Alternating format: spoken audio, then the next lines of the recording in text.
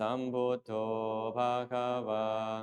พุทธังภะคะวันตังอภิวาเทสวากขาโตภะคะวะตาธัมโมธัมมังนะมัสสามิสุปฏิปันโนภะคะวะโตสา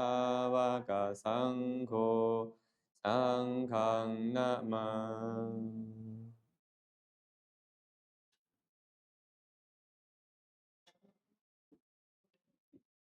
มาต่อส่วงภาคบ่าย เมื่อเช้านี้พวกเขาได้เรียนเรื่องของวิปัสสนากรรมฐานเนาะวิปัสสนานั่นมีอย่างที่เราต้องเรียนมีอยู่6อย่างเป็นอย่างแน่วิสุทธิ7ลักขณะ3อนุปัสสนา3วิปัสสนาญาณ10อย่างอีกวิโมกข์3วิโมกขมุข3วิสุทธิ7มีอย่างใดไม่ออกนี้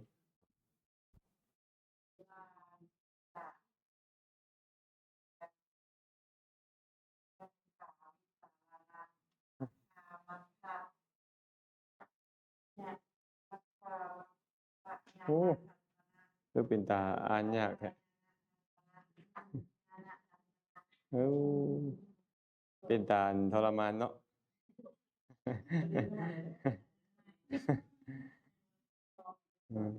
ศีลวิสุทธิจิตตวิสุทธิทิฏฐิวิสุทธิกังขาวิตรณวิสุทธิอย่างอีกมัคคะญาณทัสสนะวิสุทธิปฏิปทาญาณทัสสนะวิสุทธิและญาณทัสสนะวิสุทธิลักษณะ3มีอย่างแน่ลักษณะ3อนิจจลักษณะทุกขาลักและอนัตตลักษณะอนุปัสสนาทุกขานุปัสสนาและอนัตตานุปัสสนาวิปัสสนาญาณ10นิ้ง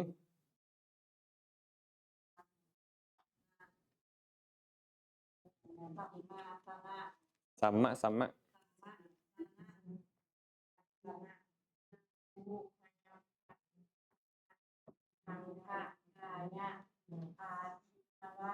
ถูกถึก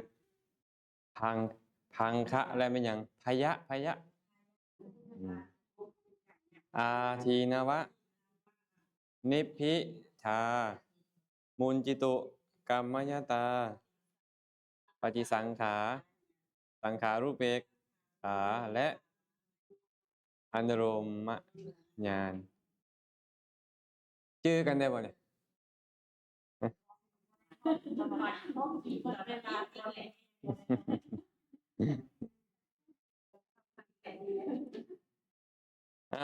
แต่ว่าญาณมีทั้งหมดเท่าไหร่ก็16ญาณมีทั้งหมด16เนาะ เพิ่นก็เลยบอกว่าญาณ16นั่นนะเป็นวิปัสสนาญาณอยู่10มาเบิ่งญาณ16มีอย่างแน่นามรูปปริเฉทญาณคือญาณที่กำหนดแยกแยะนามและรูปว่ามีแต่นามและรูปส่วนอัตตาชีวะสัตว์บุคคลบ่มีมันมีแต่นามและอื่นจากนามและรูปบ่มีอัตตาชีวะสัตว์บุคคลบ่มีบางคนคือบอกว่านามเป็นเฮาตกลงนี่นามเป็นเฮาถ้านามเป็นเฮามันก็มีอัตตาตัวนี้เห็นบ่มีชีวะตัวเนี่ยมีสัตว์มีบุคคลฉะนั้นบ่มีเนาะเป็นหยังเป็นเพียงธาตุตามธรรมชาติเป็นเพียงธาตุตามธรรมชาตินะการแยกแยะว่ามันเป็นเพียงธาตุตามธรรมชาตินี่แหละว่าอันใดเป็นรูปอันใดเป็นนาม เอิ้นว่านามรูปปริเฉทญาณ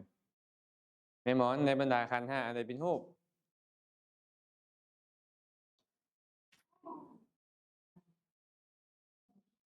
ก็รูปขันธ์นั่นแหละเป็นรูปอันใดเป็นนามเวทนา สัญญา สังขารและวิญญาณสี่อย่างนี้จะเป็นนามเนาะเมื่อมันมีการอาศัยกันและกันเกิดขึ้น มันก็เลยเป็นระบบบัดนี้เป็นเหตุให้เฮามันยึดระบบกลไกของมันนี่ว่าเฮาเขาสัตว์ บุคคลตัวตนค่อยเจ้า คนฮักคนซังขึ้นมาแม่นบ่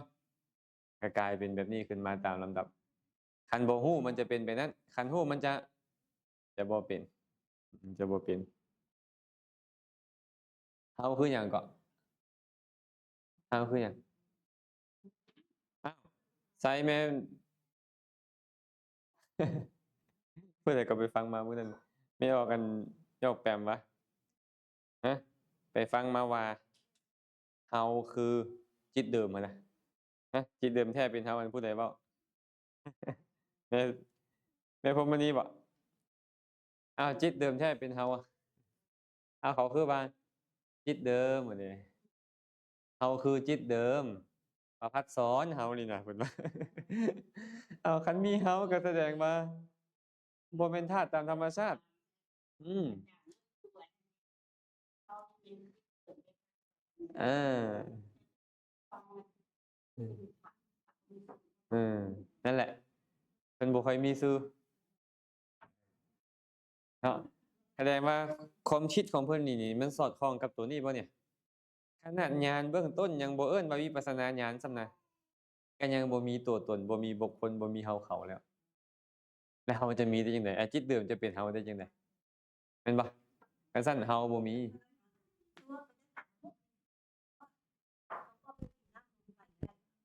คันเราเว้าธาตุใหญ่เว้าได้ว่ามหาภูตรูป4ธาตุ4เขาเอิ้นว่าดินน้ำลมไฟได้อ้าวรูปคือสภาพที่ย่อยยับเพราะเหตุปัจจัยเอิ้นว่ารูปเขาเว้าจังซี่ได้แต่รูปเพิ่นแบ่งออกเป็น2อย่างใหญ่ๆพระพุทธเจ้าก็ตรัสว่าภิกขุทั้งหลายรูปแม่นหยังคือมหาภูตรูปและอุปาทายรูปคำว่ามหาภูตรูปก็คือธาตุใหญ่ธาตุใหญ่4อย่างคือธาตุดินธาตุน้ำธาตุลมธาตุไฟแต่4นี่บ่แม่นธาตุ4นี่เห็นบ่นี่กระดาษทิชชู่นี่สีหยังสีหยังกระดาษทิชชู่เนี่ยสีขาวนี่บ่แม่นมหาภูตรูปคันมันบ่แม่นมหาภูตรูปแล้วมันแม่นหยังเออรูปที่เข้าไปอาศัยมหาภูตรูปก็คืออุปาทายรูปได้ยินเสียงบ่ได้ยินเสียงบ่นี่เสียงนี่เป็นรูปหยังเป็นธาตุดินธาตุน้ำธาตุลมหรือธาตุไฟบ่แม่นเมื่อบ่แม่นมันต้องเป็นหยังอุปาทายรูปเข้าไปอาศัยธาตุ4อีกเทื่อหนึ่งแต่ว่าอย่างน้อยสุดเนี่ยรูปต้องเกิดพร้อมกัน8อย่างเอิ้นว่าอวินิโพครูปพวกเราเบิ่งหั้นก็ได้เบิ่งรูปนิดหนึ่งเด้อเห็นบ่ปริเชตที่6เขาจังสิเรียนตัวนี้ล่ะบ่แน่ได้อาจจะเอามาเรียนก่อนปริเชต3เด้อนี่เห็นเขาเขียนไว้นี่บ่เห็นนี่บ่อ่านว่าจั่งใดอวินิโพครูปสีนี่หยังคือหยังนี่ดินน้ำไฟลมรูปตัวนี้หมายถึงสีหรือวรรณะคันทะคือกินรสะรสอาหาระสารอาหารเป็นว่าอาหารรูปอย่างน้อยสุดต้อง8อย่างเกิดขึ้นมาแต่ละเทื่อต้อง8อย่างเจ้าจะบอกว่ากินน้ำความจริงแล้วต้องกินหยังกินรูป8ประการเข้าไปแม่นบ่จับหยังนี่จับคันสมมุติว่าจับกระดาษทิชชู่เนาะการจับมีบ่การจับบ่มีเป็นการเคลื่อนไหวของมหาภูตรูปพร้อมด้วยอุปาทายรูปเออแต่หากเว้าให้เข้าใจขึ้นมานิดหนึ่งจับอิหยังนี่น่ะจับมหาภูตรูปมีแต่มหาภูตรูปบ่แม่นต้องอวินิโพกรูปแต่ว่าธาตุที่มันเฮ็ดหน้าที่กระทบแท้ๆนี่น่ะมีอยู่3อย่างดินไฟลมน้ำก็ยังบ่กระทบกับกายซ้ำแม่นบ่ตามสภาวะของมันเนาะฉะนั้นเนาะรูปนี่น่ะถึงแม้ออกสิว่าจะบอกว่ามหาภูตรูปก็บ่ผิดเว้าโดยธาตุใหญ่เพราะธาตุใดๆก็ตามปราศจาก4อย่างนี้บ่ได้ ฟังทันบ่ทันเนาะแต่ว่าเป็นสัตว์เป็นบุคคลบ่ล่ะบ่แม่นเป็นเพียงธรรมชาติอย่างหนึ่งรูปปฏิติรูปังเขาเขียนมาแล้วรูปปฏิติรูปังสิ่งที่ย่อยยับเพราะหยังเพราะเหตุเพราะปัจจัยเอิ้นว่ารูปนะฉะนั้นเนาะปัญญาใดก็ตามมาพิจารณาเห็น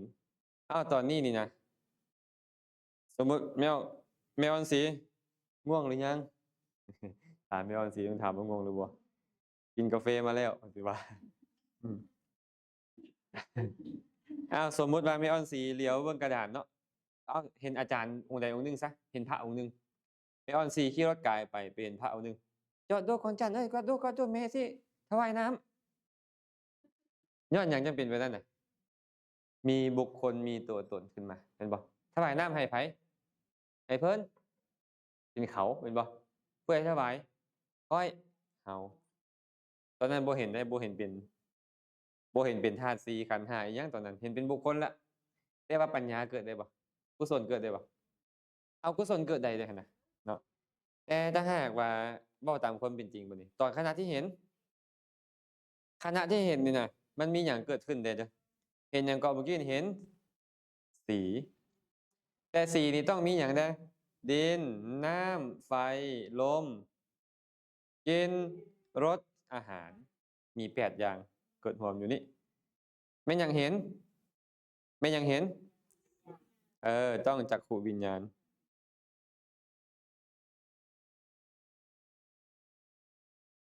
จักขุวิญญาณเห็นแต่มันตั้งอาศัยอยู่ไสอาศัยไสก็ประสาทหูปจักขุประสาทหูปถามว่าจักขุประสาทหูปต้องตั้งอยู่ไสมันต้องมีมหาภูตรูป4และอวินิพกรูป8แน่นอนอวินิพกรูป8มีหยังได้ก่อนเมื่อกี้นี่ดินน้ำไฟลมสีกลิ่นรสอาหารแต่ว่าจักขุประสาทนี่เป็นที่เก้าและจักขุประสาทนี่เกิดปราศจากชีวิตรูปได้บ่บ่ได้ต้องมีชีวิตรูปนำรวมเป็นเท่าใด10แสดงว่ารูป10อย่างอยู่เนี่ยรูป10อย่างที่จักขุวิญญาณมาอาศัยเห็นสีเนาะสีนี่ก็มีรูป8อย่างอยู่นี่ตกลงแม่นหยังเอาหั่นแม่นบุคคลตัวตนเขาเอาบ่บ่แม่นรูปกระทบรูปน้ำมาอาศัยรูปเฮ็ดหน้าที่ทัศนะเห็นจบบ่แบบเนี้ยถ้าเห็นคนสั่งมันสิสั่งบ่บ่เห็นคนฮักมันสิฮักบ่โอ๊ยปิยะมาแล้วบ่บ่มีดอกเนาะมันก็ต้องปัญญาเกิดขึ้นบ่มีตัวตนบ่มีบุคคลบ่มีเขาเห็นนี่เห็นสีแม่หมอนเป็นรูปธรรมยัง1ตัวที่ไปกระทบกับสีเป็นรูปธรรมยัง1ตัวที่มาเห็นนี่เป็นนามธรรมมันก็นามแหละรูปนี่แล้วอยู่ไสล่ะตัวตนบุคคลเขามีบ่คันเจ้าเห็นแบบนี้ดูเข้าอะมีอิหยังเกิดขึ้นนั่นน่ะก็จะบอกว่าปัญญาแต่ว่าตอนตัวเห็นเนี่ยมันบ่มีปัญญาตอนเห็นนี่บ่มีปัญญาเด้ตัวที่มาฮู้ว่าเห็นอีกเรื่องนี้ปัสสติสัมปชัญญะมาฮู้ว่าจักขุวิญญาณไปเห็นตอนนั้นแหละจักขุวิญญาณมาอาศัยประสาทจะฮู้ไปฮู้สีคืออุปาทายภพที่อาศัยมหาภูตรูปมันมีแต่รูปกับนามอยู่เด้นี่เห็นบ่เฮาเห็นบ่ตอนนี้อะเฮาเห็นเป็นแบบนั้นแท้ๆบ่บ่ปัญญามันก็เลยบ่ค่อยเกิดขึ้นยินเสียงเขาฮ้ายนึงปึ๊บอ้อโทสะมาเลยอยู่ไสปัญญาเขาหยังน้อยเจ้าคือแล่นเสียงดังแท้แม่นบ่นี่แม่นบ่โทสะมันมาแล้วมันเป็นน้อยมันเป็นเฮาเป็นเขาเจ้าอายคือเจ้าเกรงใจป้ารู้ก็ได้แม่นบ่แม่นหรือบ่แม่นมันไปกันใหญ่เลยมันสร้างแนวนี้อัตตาทุกข์ถูกบ่มันสร้างอัตตาทุกข์คันเห็นว่ามันเป็นเพียงรูปเป็นเพียงนามมันจะหยุดบัดนี้เป็นดาราตอนนี้เห็นหยังตอนนี้นั่นเห็นบ่คนเรียนอภิธรรมเห็นบ่ไสบอกว่าบ่เข้าใจเนาะอันน้อยนี่บ่ได้หยังบ่แม่นอะไรน่ะเห็นสีเลยเด้นี่เห็นบ่ สีเป็นคนเป็นน้ำมันนี่สิอะเป็นรูปธรรมเนาะเป็นอย่างที่มีการเห็นย้อนจากรูปประสาทไปกระทบแสดงว่าอาศัยปัจจัย2อย่างนี้มันต้องมีการเห็นแม่นแล้วมีรูปมีสีเมื่อมากระทบกันจักขุวิญญาณก็เกิดขึ้นในขณะที่จักขุวิญญาณเกิดขึ้นผัสสะก็เป็นไปเฮ็ดหน้าที่โอ้แสดงว่าคันบ่มีตาที่เห็นรูปบ่บัดนี้ ถ้าบ่มีรูปตัวนี้จะบ่มีการกระทบรูปตัวนั้นถูกปะและวิญญาณบ่มีคันบ่มีวิญญาณมันก็บ่มีนามรูปบ่มีเวทนาบ่มีภาษาแม่นบ่บ่มีแล้วตัณหามันจะเอาหยังมาบ่เป็นอารมณ์ของตัณหาเอาฟังเสียงได้เอาเป็นหยังฟังเสียงเป็นหยังเฮ็ดหน้าที่ฟังเสียงโสตวิญญาณแต่โสตวิญญาณนี่นะตามมาโสตวิญญาณเนี่ยอาศัยหยังเกิดขึ้นอาศัยโสตประสาทได้ยินหยังได้ยินเสียงหรือว่าศรัทธาลมเนาะเมื่อได้ยินแล้วไม่หยังมาตั้งอาศัยหูได้ยินเสียงบ่นี่ฮะโสตวิญญาณ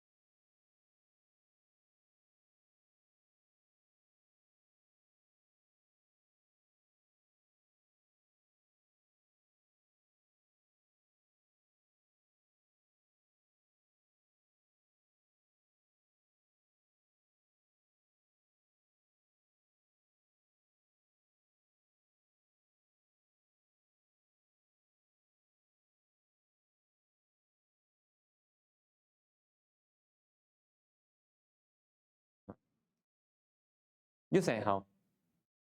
ฮาอยู่บ่อนใดมันเข้าไปอาศัยเอาเป็นเฮาตอนไหนแค่น้ำอาศัยรูปกระทบรูปนี่นะน้ำมาอาศัยรูปไปกระทบรูปแล้วก็มีการฟังเกิดขึ้นตั้งอยู่โดนๆบ่มีความเสื่อมสูญบ่อ้าวอันใดที่เขาไปยึดได้อะมันเป็นยึดได้มันเกิดระดับอยู่เป็นนั้นมันน่ายึดถือบ่นี่ควรที่จะยึดถือบ่ตัณหามันก็หดมานะทิฏฐิมันก็หดไปนี่อันนี้อาตมาก็เห็นโดยความเป็นนามรูปไปหมดเช่นเดียวกันในทางดังก็คือกันเลยเห็นบ่รสชาติสัมผัสคือกันหมดเลยเป็นเพียงอาการของนามและรูปเกิดขึ้นนามและรูปเสื่อมสลายไปเดียวกันนามและรูปเกิดขึ้นนามและรูปเสื่อมสลายไปและมันเป็นแบบนี้อยู่วงจรของมันนะแม่หมดแต่เจ้ากลับเข้าไปยึดเองนะเดี๋ยวนี้นะเจ้าไปยึดว่าเป็นเจ้านะเดี๋ยวนี้มันก็เลยทุกข์ขึ้นมาทันทีเลยถูกปะเอาก็อาจจะเป็นไปได้ บางเทื่ออาจจะเบิ่งขี้แค้วก็ได้เนาะกินเข้ามาแล้วมักเผ็ดติดแค้วอะนะ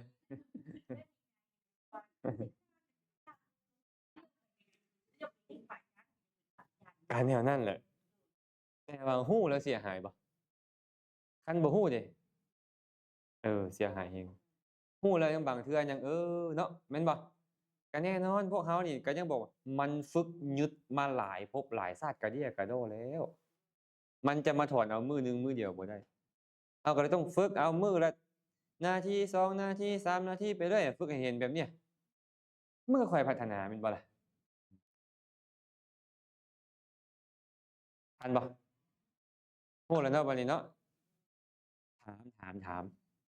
ภาษาทฮู้นี่จัดเป็นขันใดภาษาทฮู้จัดเป็นขันใดเป็นรูปขันธ์เนาะและมันตั้งอาศัยอยู่เทิงมหาภูตรูป4ก็เป็นรูปขันธ์เสียงเนี่ยเป็นรูปหรือเป็นนามมีบางคนบอกว่าเป็นนามบ่แม่น อืมก็เป็นรูปขันธ์คือกันเสียงนี่เป็นรูปเพราะมันตั้งอาศัยอยู่เทิงมหาภูตรูป4เนาะอ้าวโสตประสาทเป็นหยังบัดนี้เอาจัดในขันธ์เป็นหยังบ่แม่นเป็นทั้งเวทนาสัญสัญญาสังขารและวิญญาณเท่าใดนี่ยัง1 2 3 4 5แสดงว่าขันธ์ใดเกิดขึ้นขันธ์5เกิดไม่ขันธ์ใดดับขันธ์5ดับโอ้แสดงว่าทุกครั้งที่เห็นเนี่ยขันธ์5เกิด และก็ดับไป ทุกครั้งที่ฟังขันธ์ห้าเกิดขันธ์ห้าดับไป และตอนใดล่ะมันบ่มีการเห็นการฟังการดมกลิ่นชิมรสชาติเลยตอนใดบ่มีฉะนั้นมันก็เกิดระดับเกิดระดับเกิดระดับอยู่ตลอดเวลาถูกบ่แต่ว่าปัญญาเฮามันบ่ฮู้ได้ขนาดนั้นเดี๋ยวนี้ก็เลยมีแต่พระพุทธเจ้ามาไปฮู้แจ้งนำมาแสดงไว้แบบนี้เด้อภิกขุทั้งหลายเอ้ยมันเกิดระดับเกิดระดับเป็นหยังขี้เหือขี้ไข้เฮาอยู่ซื่อๆก็มีออกมาฮู้มันเกิดแล้วตายเกิดแล้วตายเกิดแล้วตายของมันอยู่เพิ่นมันก็เลยกลายเป็นของเก่าของเสียออกมาเรื่อยๆแต่ว่าเฮาไปเห็นบ่ได้ขนาดนั้นแม่นบ่ขนาดประสาทตาเฮานี่นะมันยังเกิดระดับเกิดระดับเกิดระดับอยู่ตลอดเลยนะนี่นะอืมตลอดเลยแม้แต่ตอนเฮาหลับนี่นะเทิงประสาทรูปมันบ่ได้เกิดขึ้นขออภัยมันบ่ได้เป็นที่อาศัยของวิญญาณก็จริงแต่พวกมันก็เกิดอยู่เป็นเกิดระดับเกิดระดับเกิดระดับเกิดระดับเกิดระดับแสดงว่ากลไกของขันธ์ห้ามันเฮ็ดเวียกตลอดเวลาเลยแต่พวกเฮาบ่มีญาณกำหนดรู้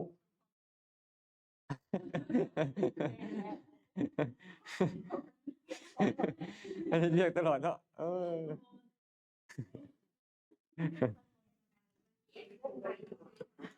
เออ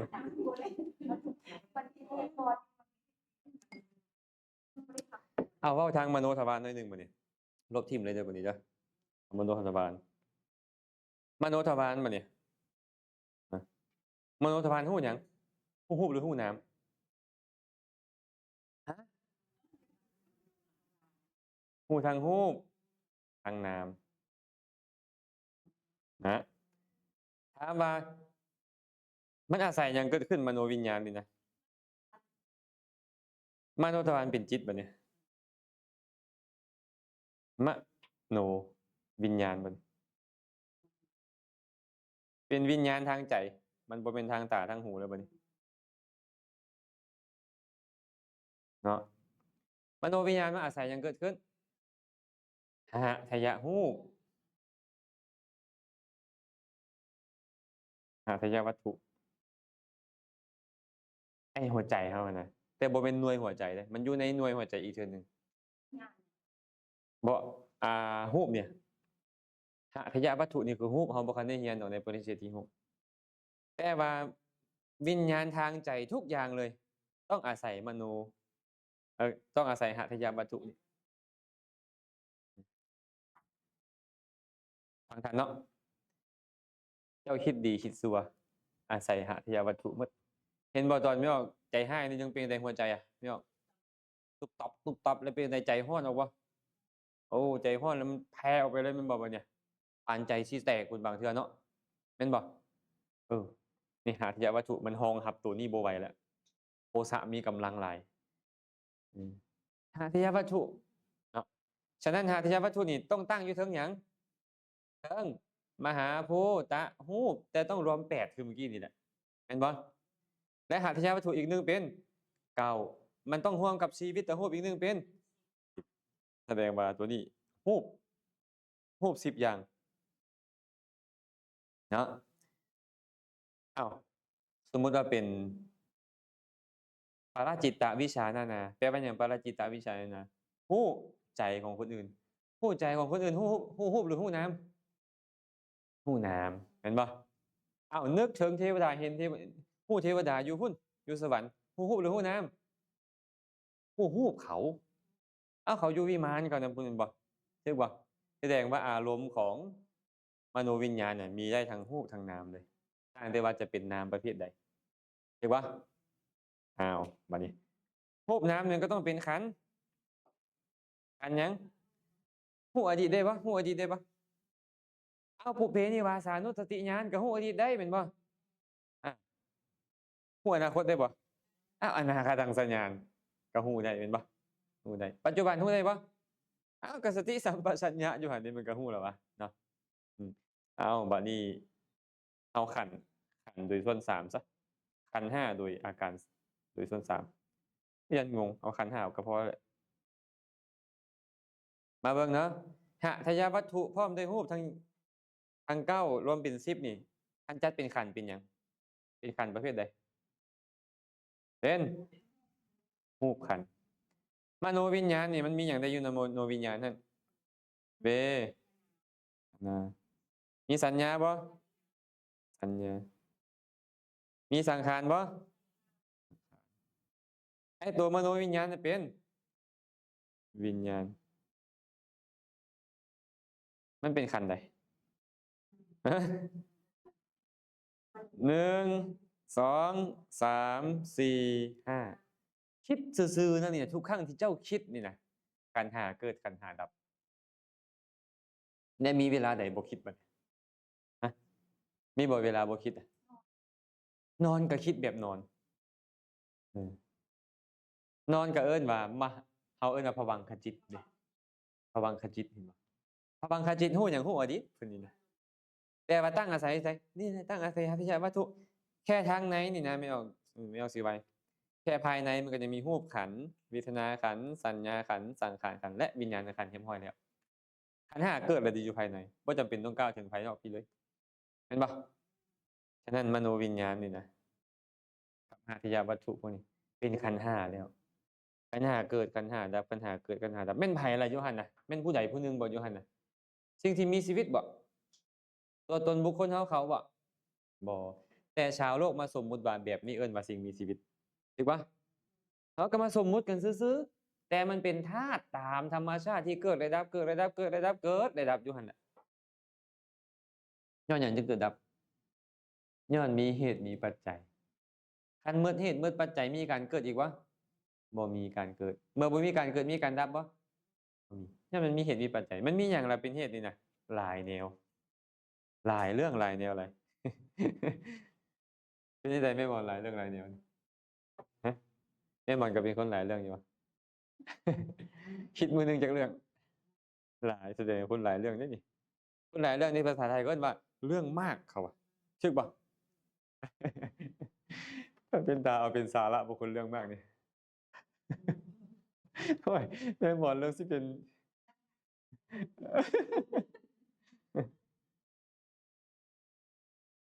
ทันเนาะพอคนละดอนทันสรุปแล้วบ่มีเวลาหยุดเกิดหยุดดับบ่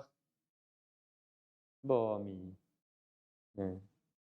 แต่วิทยาศาสตร์เนี่ยเขาว่าตอนนอนหลับนี่มันหยุดครับมันหยุดทำงานคิดนี่เพราะเขาบ่ได้รู้เหมือนกับพระพุทธเจ้ารู้เดะ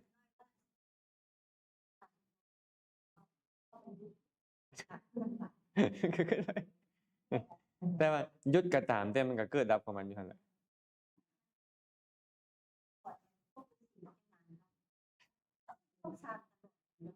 มันบ่แม่นแต่แบบนั้นเดะไอ้สิ่งที่เฮ็ดให้เราเฒ่านี่เบิ่งเป็นคนคิดหลายเบิ่งหน้าแม่เดี๋ยวมาเบิ่งอาตมาก็ได้ อ้าวคนคิดหลายเท่าวัยเนาะแม่นบ่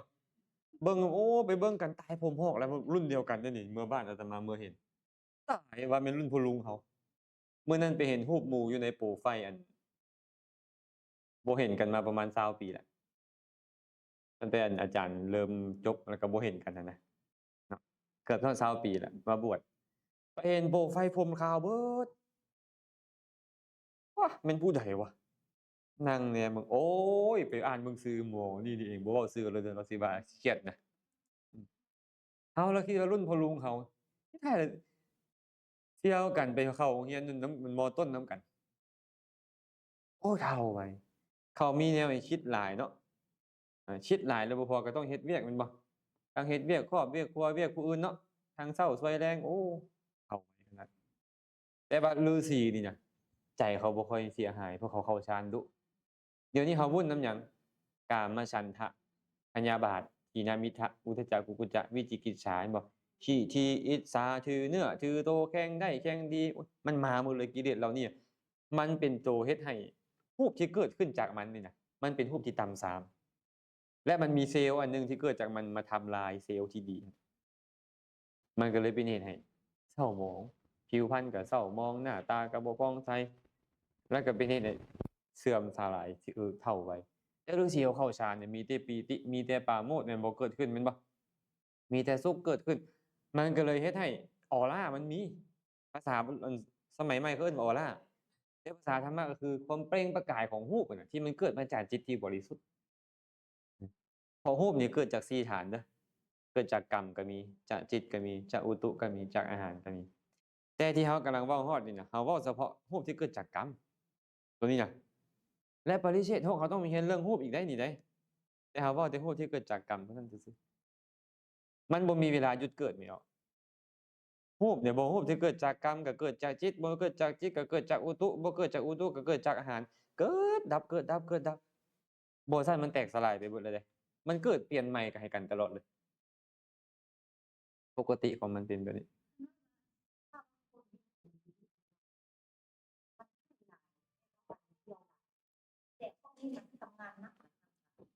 ก็มีส่วน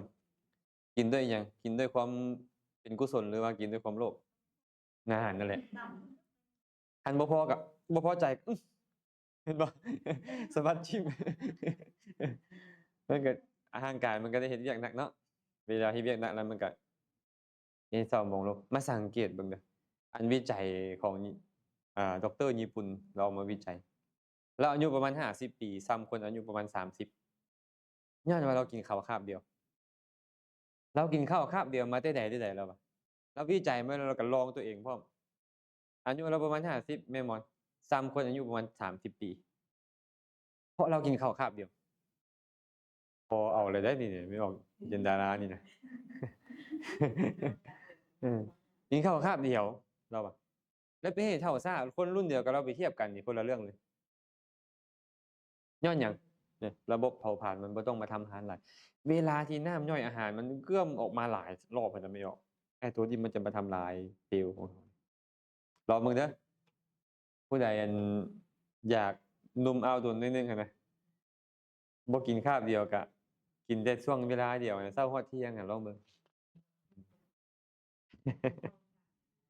ข้าวสาร เข้าชานหรือตกชานดี เบิ่งแล้วเบิ่งนั่งทำพิธีตอนใดก็อันนี้อาจารย์มาตกชานบ่อันนี้แต่ว่าเข้าพวังค์มันก็ช่วยหยุ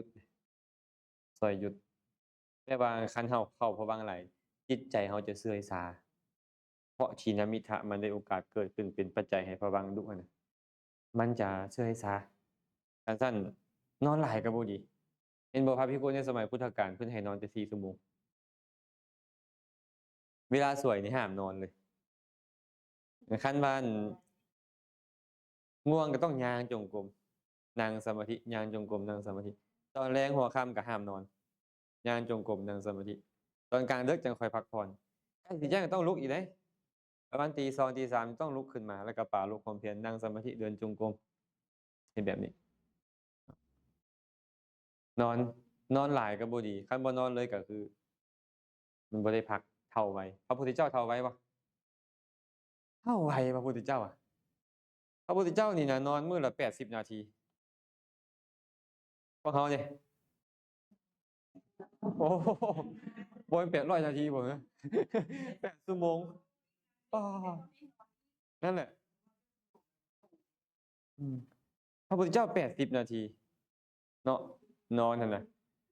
อาตมาว่าป๊าคิดฮอดเพิ่นแล้วเพิ่นเฮ็ดหน้าที่ของเพิ่นสุดยอดหลายน่าเคารพยกย่องเพิ่นนั่นน่ะสั่งสมบารมีมาจั่งส้มพอแรงแล้วเด้อนี่เพื่อสัตว์โลกนี่น่ะทุกข์ทรมานน่ะสละชีวิตเลือดเนื้อทรัพย์สมบัติพัสถานมาพอแรงเลยมาเป็นพระพุทธเจ้าแล้วยังบ่ได้หยุดไปตลอดเดี๋ยวก็เห็นอยู่นี่เดี๋ยวก็เห็นอยู่หั่นแหละเพิ่นน่ะไปย่างไปนั่นแหละหมดปีหยุดแต่ช่วงในพรรษาเดี๋ยวก็ไปอีกแล้วเดี๋ยวก็ออกพรรษาก็ไปเข้าพรรษาก็หยุดออกพรรษาก็ไปเข้าพรรษาก็หยุด45ปีบ่ได้หยุดบ่ได้หย่อนในการเฮ็ดเวียกเฮ็ดพุทธกิจบ่ได้นอนอีกต่างหากอะนะแม่นหยังคือไปเฮ็ดเพื่อผู้อื่นกระเดียกระดอกขนาดนั้นแท้แม่นหยังว่ามหากรุณาธิคุณเนาะคนมีกรุณาใหญ่เป็นแบบนี้เห็นแต่ประโยชน์หมู่เห็นแต่หมู่ทุกข์เดี๋ยวนี้อยากให้หมู่พ้นทุกข์อะไปซอยเหลือเกื้อกูลตลอดเฮานี่ล่ะอย่าหัวสู้แหล้ว สู้เฮ็ดเองเด้อพุ่นนะเห็นบ่พระพุทธเจ้านี่บ่มีกิ้งหินทับเพิ่นยังกรุณาเสยจ้างนายกำลังธนูมายิงเพิ่นยังกรุณาเสยใส่ร้างเข้ามาฆ่าเพิ่นยังกรุณาเสยแม่นบ่นี่โอ้พระพุทธเจ้านี่สุดยอดเลยฮู้อยู่ได้นี่ไปนี่สิถูกด่าอย่าเขาด่าแล้วเขาจะได้ฟังธรรมก็ไปอย่าเขาด่าน่ะเบิ่งไปนี่เขาจะฆ่าได้นี่ได้อย่าเขาให้เขาได้มาฟังธรรมบ่แม่นไปหาองคุลิมานก็ไปศึกษาแม่นบ่ไปหาอาละวะกันก็ไปหาโมฆะแต่สุดท้ายเขาก็โมฆะได้ฟังธรรมเลยบ่รู้จะฆ่าพระพุทธเจ้าได้แม่นบ่คนมีกรุณาใหญ่นี่เป็นแบบนี้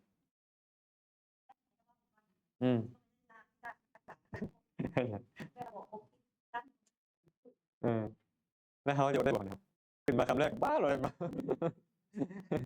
เจอพระพุทธเจ้านี่โอ้สุดยอดเลยพอเลยบอกถามมันเนี่ยพอเลยบอกพี่น้องมาหาอยู่ว่าแต่เขาแต่งงานให้สู้กินเยอะบ่เอาสิอดได้บ่ใครมีขี้หินกับสิดึกขี้หินกันเลยพวกเขาเนาะเห็นบ่แม่จินอะไรไปต่อบ่นี่จบไปเลยเนาะอันนี้เอิ้นว่านามรูปปริศเฉทญาณนามรูปปริศเฉทญาณ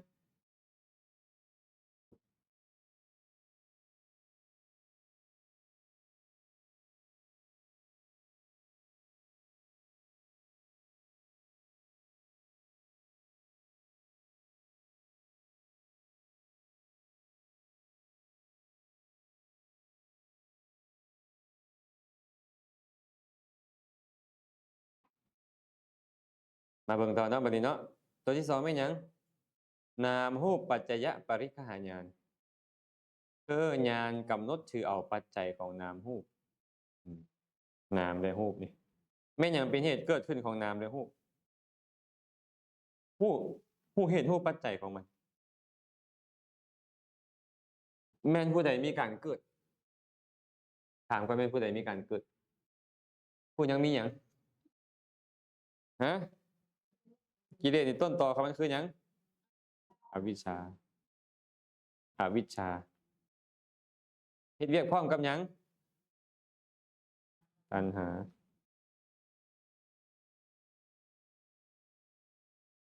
เมื่อสองตัวนี้เฮ็ดเวียกเป็นหยังเป็นหยังยึดมั่นเนาะก็ถือว่าเป็นการเฮ็ดกรรมอวิชชาตัณหาอุปาทานกรรมเนาะอวิชชาตัณหาอุปาทานกรรมว่าเท่านี้ก่อนได้และขันธ์ห้าเกิดขึ้นมันบ่ขันธ์ห้าเกิดขึ้นหั่นน่ะมีขันธ์ใดเด้รูปมีเวทนาสัญสัญญาสังขารวิญญาณเอิ้นพวกนี้ว่า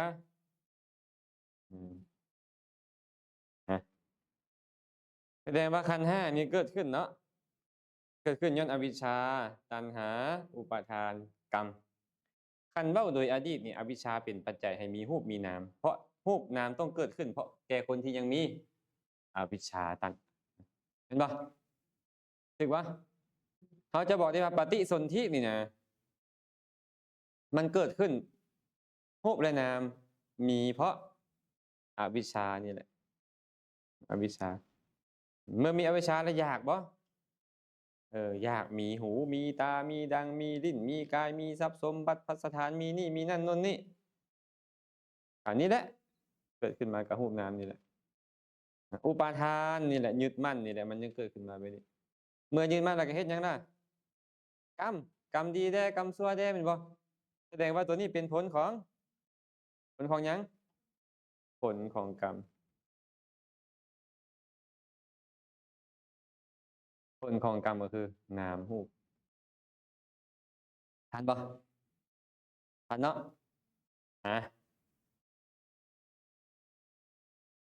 อันนี้ในปฏิสนธิการเนาะ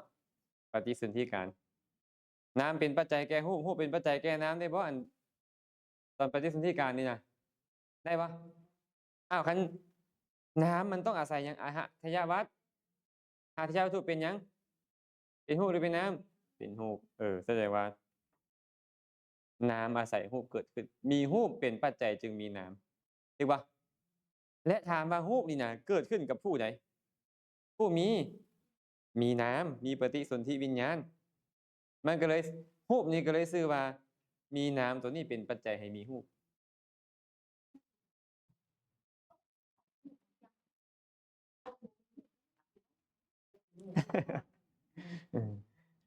คนบ่มีรูปนะต้องเป็นพรหมเนาะพรหมที่บ่มีรูปมันบ่มีบนตั้งอาศัยเลยบ่มีบนตั้งอาศัย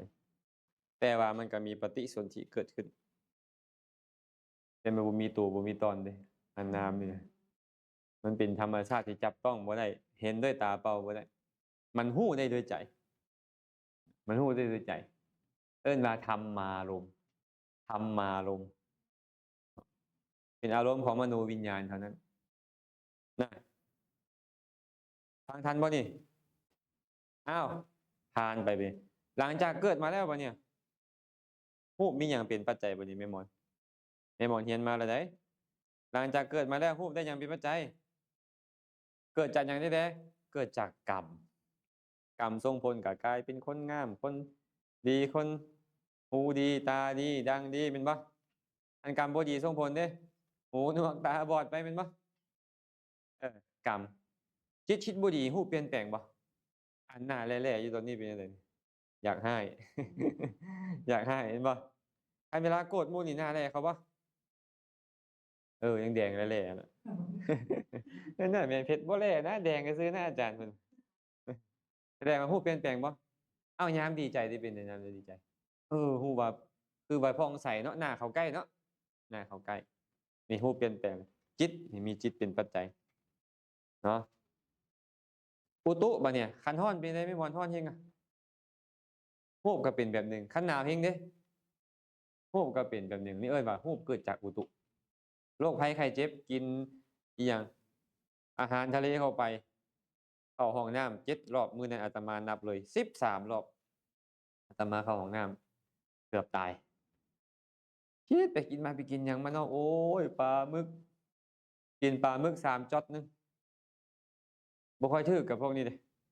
มันมีฟอร์โมนน่ะนะครับมื้อหนึ่งก็เอาอีกได้น่ะมื้อหนึ่งก็ได้คิดไปคิดมากินหยังมื้อเนี่ยโอ้ยกระหอกปิ้งกระหอกทุกขี้ในตู้เข็มเฮ็ดให้บ่เสียขี้มันเลยอะนะเขารนไฟมาเขาก็เอือบหัวสิงไข่ปลาแดกราดเข้าไปแล้วไปปิ้งปิ้งทุบขี้อันกระหอกใส่ปลาแดกเอามาถวายอาจารย์นี่มักกินขี้เขาว่าขี้กระหอกขี้ปลานี่มันของเฮ็ดให้ดีขนาดเลยขี้ปลานิลบอกขี้กระหอกพวกนี้ขี้พงขี้เพี้ยนี่ไม่ออกกันโอ้โฮเนาะแต่มันดันมีฟอร์โมนเนาะเข้าไปกว่าสิมาฮอดเฮามาขายแม่นบ่โอ๊ยข้าน้อยไปซื้อมันยังอุ่นๆอยู่นะพุ่นน่ะแม่นแล้วโซดาไฟเขาฟาดเข้าไปมันสิบ่อุ่นใจบ่ทายได้ทายว่าอันนี้เป็นญ้อนอาหารตัวนี้เกิดย้อนอาหารก็มีได้อันรูปนี้นะเนาะฟังทันบ่นี่กรรมจิตอุตุอาหารโรคภัยไข้เจ็บเป็นรูปหรือเป็นนามเป็นรูปหรือเป็นนามโรคภัยไข้เจ็บเอาคักๆได้รูปหรือน้ำนี่น่ะเออมันเบียดเบียนนี่เด้เบียดเบียนเราต้องรูปแสดงว่าโรคอันนั้นมันเกิดจากกรรมก็ได้โรคบางอย่างโรคภัยไข้เจ็บบางอย่างนะโรคเกิดจากกรรมกลัวบ่เซาเลิกเกิดจากจิตอันนี้ปรับปรุงจิตแล้วหายเห็นบ่พวกมะเร็งที่เกิดจากจิตน่ะเครียดเนาะปรับปรุงจิตปุ๊บหายบางคนหมอบ่รับแล้วสิตายใน3เดือนนี่แหละปรับปรุงจิตเฮ็ดจิตให้สบายขึ้นอยู่ได้3ปีก็บ่ตายนี่โรคที่เกิดจากจิตน่ะพวกเนี้ยจากอุตุก็มีบ่เนี่ยโอ้ไปอยู่บางบ่อนคันเต็มเลยเป็นผื่นเต็มเลยเปลี่ยนอากาศปุ๊บหายเห็นบ่บางคนกินอาหารแบบนี้ก็แม่นแล้วไปกินแต่หน่อไม้เข้าไปอะมันก็โรคเก้าจัดการซะแล้วบ่แม่นบ่หน่อไม้อาหารทะเลละมักบ่มักเนี่ยกินสัตว์ป่านี่ก็ได้โอ๊ยๆอยู่แต่ก็ยังกินอยู่เบียร์ก็อัดเข้าไปเป็นจังไดมันก็เจ็บไอ้โรคมันก็เกิดขึ้นโรคมันเป็นรูปเดะถูกเปล่าแล้วนี่แหละญาติโยมสมมุติว่าแม่ออนสีเป็นกระเพาะลำไส้ไปกินหน่อไม้ส้มๆๆเข้าไปกับหมักเผ็ดเข้าคำบักใหญ่เป็นจังไดล่ะแม่ออนสีมันก็ดิ้นอยู่แล้วเนาะบัดนี้เนาะมันถามว่ามันเกิดจากหยังล่ะจากอาหารเด้อแสดงว่าในประวัติการนี่น่ะรูปนี่เกิดได้จากกรรมจิตอุตุและอาหารวิญญาณเนี่ยนามเด้บัดนี้นามเกิดย้อนหยังนามเพราะมีวิญญาณเป็นปัจจัยจึงมีนามแม่นบ่และจะเว้าอีกหนึ่งก็ได้ว่ารูปนี่มีนามเป็นปัจจัยจึงมีรูปก็ได้อีกในหนึ่งเนาะถามว่าตากระทบรูปแล้วแม่นหยังเกิดขึ้นจักขุวิญอ่าจักขุวิญญาณนี่มีเวทนานำสัญญานำสังขารนำรวมวิญญาณเป็น4 มันเป็นเหตุหรือเป็นผล มันเป็นเหตุหรือเป็นผลแสดงเป็นผล เห็นรูปบ่ดีกับผลของกรรมบ่ดี เห็นรูปดีเป็นผลของกรรมดี แสดงว่านามคือวิญญาณมีกรรมเป็นปัจจัยถูกป่ะมีกรรมเป็นปัจจัยถูกป่ะถูกมีกรรมเป็นปัจจัย และกุศลป่ะเนี่ยกุศลเกิดขึ้นกับผู้ใดกับผู้ที่ยังมีกิเลสแต่เฮ็ดจังไดกุศลที่เกิดขึ้นโยนิโสมนสิการแสดงว่ากุศลนามธรรมที่เป็นกุศลนี่เกิดเพราะโยนิโสมนสิการนามธรรมที่เป็นอกุศลเป็นอย่างเป็นปัจจัยอโยนิโสมนสิการเป็นปัจจัยนามที่เป็นกิริยาเป็นอย่างเป็นปัจจัยเป็นอย่างเป็นปัจจัยขันธสันดานที่บ่มีอนุสัยแดและอย่างนั้นภวังค์ดวงสุดท้ายก่อนขึ้นสู่วิถีเป็นบ่ภวังค์เกิดขึ้นดับไปมโนทวาราวัชนจิตเกิดขึ้นมโนทวาราวัชนจิตเห็นบ่ไม่อย่างมโนทวาราวัชนจิตนะนี่เห็นบ่เป็นอาเหตุกากิริยาและทางปัญจทวารดิภวังค์ผู้ปัจเจทะเกิดขึ้นดับไปอาวัชนะคือปัญจทวาราวัชนะเกิดขึ้นนี่เห็นปะแสดงว่าภวังค์ดวงสุดท้ายเป็นปัจจัยให้มีกิริยางงปะงงหรือว่างงคันบ่งงแสดงว่าเก่งหลายแล้ว ต้องได้มาสอนแทนแล้วคันบ่งงนี่ คันงงถือว่าธรรมดาคันเพชรหน้าคือแม่เพชรที่หน้าคือแม่หมอนี่ถึกแล้วยันแล้วเป็นหน้าตาแบบนี้นะ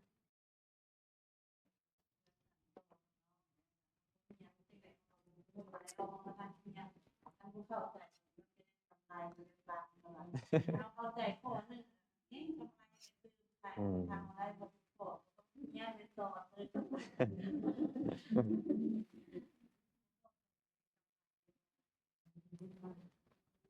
เอาไอ้ต่อบัดนี้อาตมาลบอันนี้ทิ่มได้บัดนี้ได้ยังบ่แล้วได้มาต่อตาถามก่อนวิญญาณในปัญจโวการภพอาศัยหยังเกิดขึ้นวิญญาณในปัญจโวการภพอาศัยหยังเกิดขึ้นอาศัยอีก2อย่างคืออายตนะขอว่าที่ดีก่อนอาศัยประสาทจากรูปและอารมณ์แม่นบ่เอาจักขุวิญญาณนี่น่ะต้องมีอารมณ์มาบ่จังเห็นต้องมีประสาทบ่ต้องมีอารมณ์คือรูปเป็นบ่และต้องมีหยังต้องมีตาคือประสาทตาเมื่อมี2อย่างนี้วิญญาณจึงเกิดขึ้นแม่นหรือบ่แม่นตานี่เป็นหยังนี่เป็นรูปนี่แหละเพิ่นเลยบอกว่าเห็นบ่เฮาสวดเพิ่นได้ยินเพิ่นสวดยอดมุกบ่ฮะสันรูปายตานังจักขุวิญญาณธาตุยาตังสัมปยุตตกานันจาธัมมานังปุเรชาตปัจจเยนะปัจจโยอีกอย่างนะหรือว่าจักขวายตานังจักขุวิญญาณธาตุยาตังสัมปยุตตกานันจาธัมมานังปุเรชาตปัจจเยนะปัจจโยหรือว่านิสัยปัจจเยนะปัจจโยก็ได้นี่อย่างรูปคือ4นี่นะเป็นปัจจัยโดยปุเรชาตปัจจัยแก่จักขุวิญญาณพร้อมทางเวทนาสัญญาและสังขารที่สัมปยุตกับจักขุวิญญาณนั่นโดยเป็นการเกิดก่อน4มันต้องเกิดก่อนตามันต้องค่อยไปเห็น4ได้และตาคือประสาทตาเป็นปัจจัย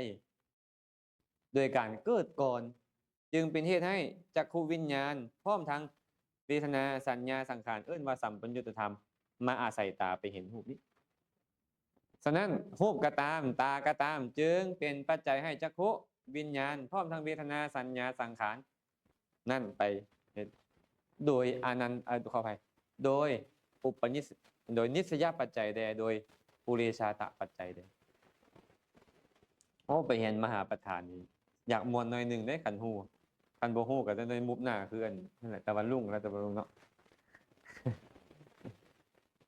เขาฟังเพื่อนสวดไปเขาจะระลึกได้ปะเนี่ยมโนธาตุตังสัมปยุตตากานันจาธรรมานังฟังแล้วโอ้จะระลึกเพลินมันเพลินถ้าไปสวดเองมันก็เพลินหัวโอ้อันนี้เนาะมโนธาตุคือปัญจทวาราวัชนะกับสัมปติชนะสองธรรมสามอย่างนี้เอิ้นมามโนธาตุและไม่อย่างละโอ้เจตสิกอีก10อย่างที่เกิดความกันกับมันคืออย่างนี้ล่ะปัสสะเวทนาสัญญาเจตนาเอกคตาชีวิตตินทรีย์มนติการวิตกวิจารอธิโมกข์โอ้หูหมดเลยบ่เนี่ยทักบ่บ่เนี่ยทักบ่โดยบ่เนี่ยมันก็ร่วมอยู่หันหมดนั่นแหละตอนนี้ก็ไปก่อนเนาะทั้งหมดนั่นเนี่ยคันเวลาเขาเข้าใจธรรมะไปเลยเขาไปฟังเข้าใจมันจะประมวลให้เข้าใจแบบนี้เนาะอันพระพุทธเจ้าเทศน์จังว่า10 โกฏ80,000 โกฏบรรลุธรรมอยู่สวรรค์นะเพราะเขาเข้าใจมันเป็นเพียงธาตุตามธรรมชาติอาศัยกันและกันเกิดขึ้นแบบนี้มันยังบรรลุธรรมนะ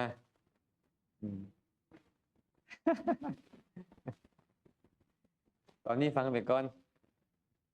ตายไปซะนี่พุ่นแหละฉันหนาวเกิดมาไปฟังอยู่สวรรค์มาเลยจะเป็นเหตุเป็นปัจจัยให้บรรลุมรรคผลนิพพานในอนาคตอ้าวตรงกันข้ามมาเนี่ยถ้าหากเป็นทางทวารอื่นเนี่ยเป็นทางทวารอื่นเนี่ยทวารอื่นก็เปลี่ยนจากตาก็เป็นหูเป็นบ่เป็นจากตาเป็นอันนี้ก็เสียงเนาะ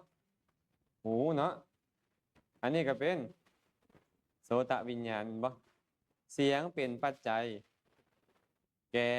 เวทนาสัญญาสังขารวิญญาณนี้หูเป็นปัจจัยแก่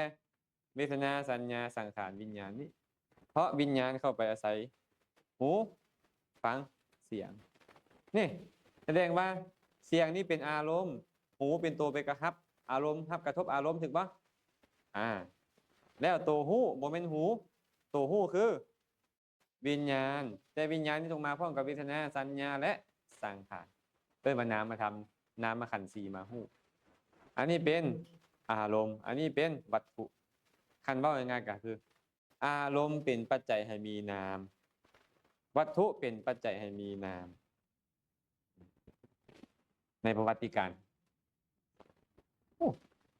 เริ่มมวนบ่เนี่ยหรือว่าเริ่มเป็นยังไงฮะพอพระราดอนมวน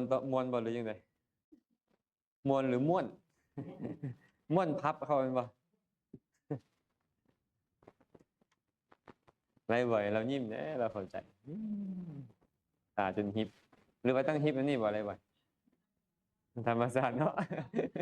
กำจัดสรรพุ่นน่ะเพราะว่าเป็นธรรมะพุ่นน่ะอะไรบ่อยบ่ธรรมดา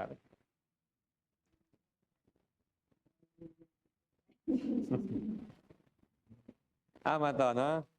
จบเลยเนาะนามรูปปัจจยปริฆาญาณนี่นะให้ได้ไปกำหนดนามรูปมันว่าแม่นอย่างเป็นปัจจัยให้มีนามแม่นอย่างเป็นปัจจัยให้มีรูปนับตั้งแต่ปฏิสนธิจิตในภพ1เป็นบ่จนไปฮอดจุติจิตของภพ1และระหว่างนี้มีนามเท่าไหร่ก็ตามมันจะมีปัจจัยอยู่แบบนี้และปัจจัยของมันก็เป็นเพียงรูปเป็นเพียงนามถูกป่ะเป็นนิพพานได้บ่ปัจจัยของมันมันเป็นอารมณ์บ่ได้ว่าเป็นอารมณ์ของมรรคจิตบ่ได้ป่ะนั่นแหละเป็นปัจจัยโดยเป็นอารมณ์เมื่อกี้เขาบอกแล้วอารมณ์นำวัตถุนำเป็นบ่หะพยาวัตถามว่ามรรคจิตเนี่ยอาศัยยังเกิดขึ้นมรรคจิตเนี่ยอาศัยหะพยาวัตถุและ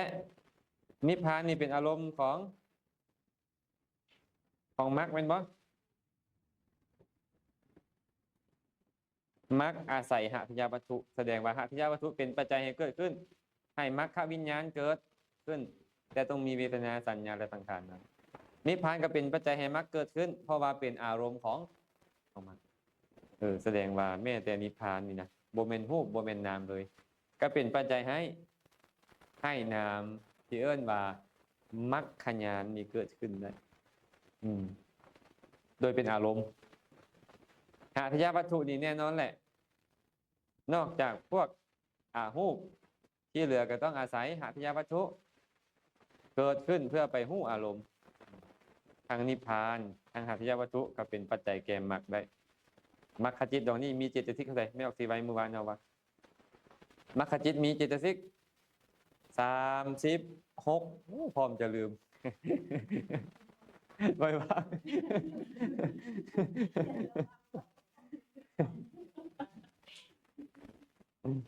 เห็นป่ะเพิ่งเขียนเลข36ไว้เห็นป่ะบ่แม่นแต่มรรค8 36เลยอยู่หั่น36ฟังทันป่ะดูได้บอกแอร์พอนคือตอนใจให้เมียบ่เห็นอภิธรรมนี่ อันงุดงิดจิตท่าขนาดอาจารย์เขาน้อยเห็นเลยเขาน้อยทุกข์ว่าซั่นได้บางคนน่ะเป็นหยังคือทุกข์แท้บ่เข้าใจเพิ่นว่ามันป่านผิดกับผัวเพิ่นตัวนี้น่ะเฮ็ดอภิธรรมก็ได้ทุกข์ใจขนาดนั้นร้อนวู้ๆๆอยู่ใจนี่น่ะแม่เพชรเคยเป็นขนาดนั้นบ่เรียนบ่เข้าใจน้ำตาไหลออกเลยเคยมีบ่โอ้แสดงว่าเคยเป็นแม่เพชรเนี่ยอาตมานี่เคยเป็นนะก็มันตอนอาตมาไปเรียนใหม่ๆยากโพดอยากเข้าใจโพดมั่นใจตัวเองสูงว่าตัวเองนี่เป็นคนเข้าใจอีหยังง่ายแต่มันดันบ่เข้าใจมันเป็นจังได๋ล่ะมันนี่หวังสูงเกินไปป๊านมันเหลือใจแต่เขาคือบ่เข้าใจว่าใจมันร้อนวู้ๆอยู่โทสะเกิดขึ้นเดี๋ยวไปเบิ่งอันคิดแอดกับคิดเต็กนั่งซนจอกซากันเซ้ยอยากรับก็รับคาตังเลยว้าวพวกนี้เขาเฮียนเลย เขาเจ้าเฮียนนั่นแหละว่าเขาคือบ่ทุกข์คือเขาก็ไปถามพันเตเข้าใจไหมนี่เรียนเนี่ยไม่เข้าใจมันว่าอ้าวไม่เข้าใจเลยทำไมไม่กระวนกระวายอะไรเลยเจ้ากระวนกระวายอะไรมันว่าไม่เข้าใจก็แค่ไม่เข้าใจว่าเขาคือใส่ใจดีที่ว่าพวกนี้ไอ้เฮาเนี่ยอยากเข้าใจแล้วว่าฮ้อนฮนกระวนกระวายบาดเขาบ่เข้าใจเขาก็นั่งกินซาเซ้ยอยากนอนก็นอนเสยเนาะพอกแอร์พอร์ตก็คิดใหม่บ่พวกเขานี่บ่เข้าใจก็ยาเนาะซั่นเนาะบ่เข้าใจก็ฟังไปชื่อแค่ว่าฮู้น้ำซึ่งก็เป็นปัจจัยแล้วเนาะ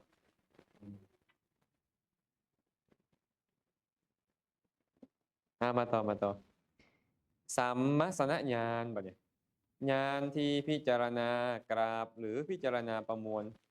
นามและรูปในการว่าเชิงความเสมอเหมือนกันเพราะล้วนแต่บ่เที่ยงนำกันเป็นต้นนามรูปนี่มีอาการ3อย่างคืออย่างเดียวก็เขาว่ามาลักษณะนะมีลักษณะอย่างได้อานิจจะทุกขะอนัตตะนามก็มีอนิจจะรูปก็มีอนิจจะนามก็มีทุกขะรูปก็มีทุกขะนามก็มีอนัตตะรูปก็มีอนัตตะเห็นบ่การพิจารณารูปเลยดีป่ะนามรูปเนี่ยมันมีพวกนี้เป็นปัจจัยอวิชชาตัณหากรรมอาหารกรรมจิตอุตุพวกเนี้ยเขาฮู้เลยว่านามรูปมันมีนั่นถามว่าปัจจัยของมันกับมันเนี่ยมันก็มีลักษณะของมันอยู่คือบ่เที่ยงเป็นทุกข์เป็นอนัตตาเว้นแต่นิพพานและบัญญัติบ่มีสภาพนั้น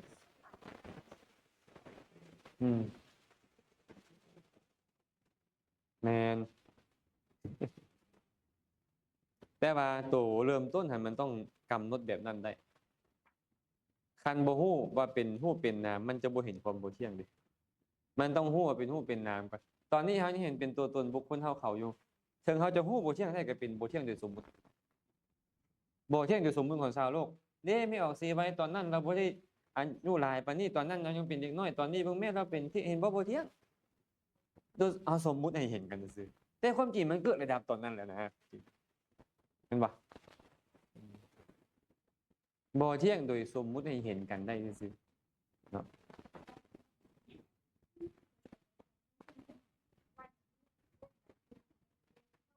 อืม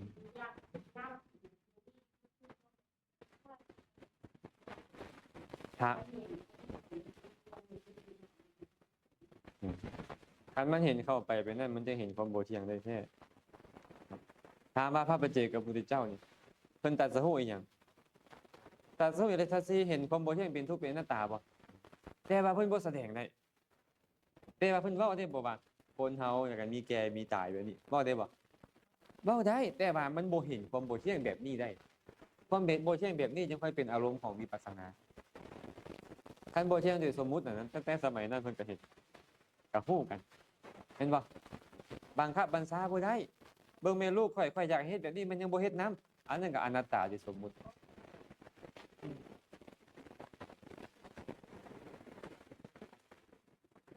เพิ่นเข้าใจหมดเลยแต่เพิ่นเอามาซื้อเป็นบัญญัติบ่ได้แต่เพิ่นก็เว้าได้ว่าที่บ่เที่ยงนี่นะเห็นบ่คนเฮาก็เกิดแก่แล้วก็ตายอันนั้นก็บ่เที่ยงอยู่แต่บ่เที่ยงโดยความเป็นสมมุติเพิ่นบ่สามารถซื้อออกมาได้เหมือนคนใบ้นอนฝันเห็นบ่คนใบ้นอนฝันเห็นหมดแต่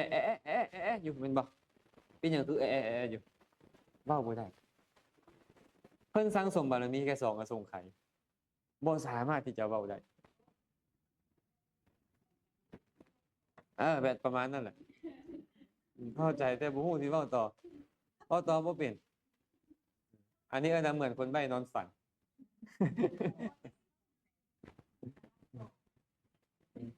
แสดงว่าคันว่าอานิจจะโดยสมมุตินั่นน่ะ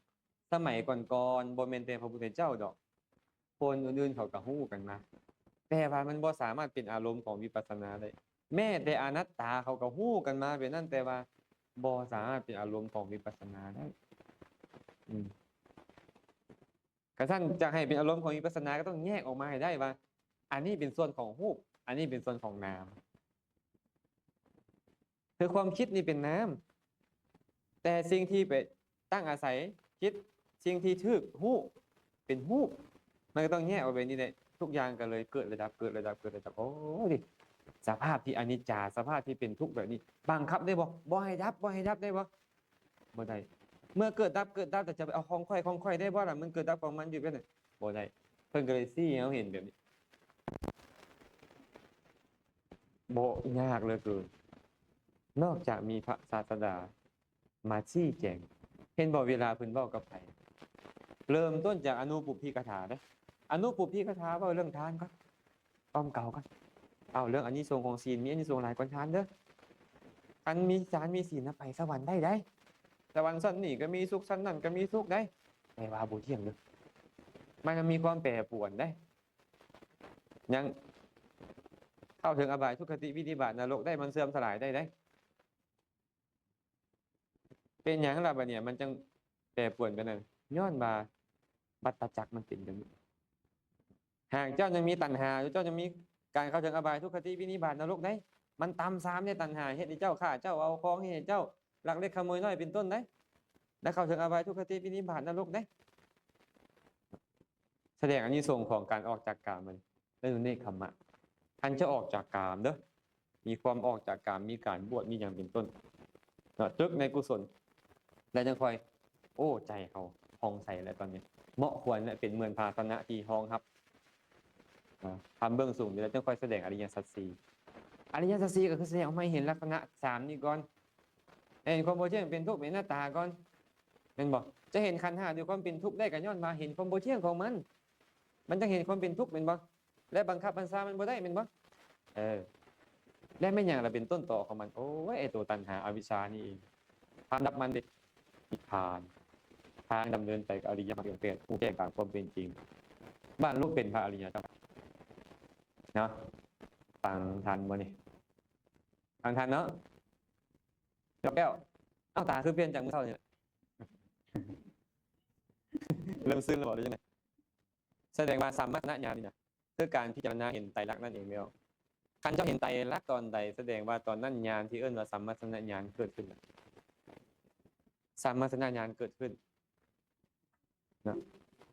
แม้ต้องเป็นปัญญาในมหากุศล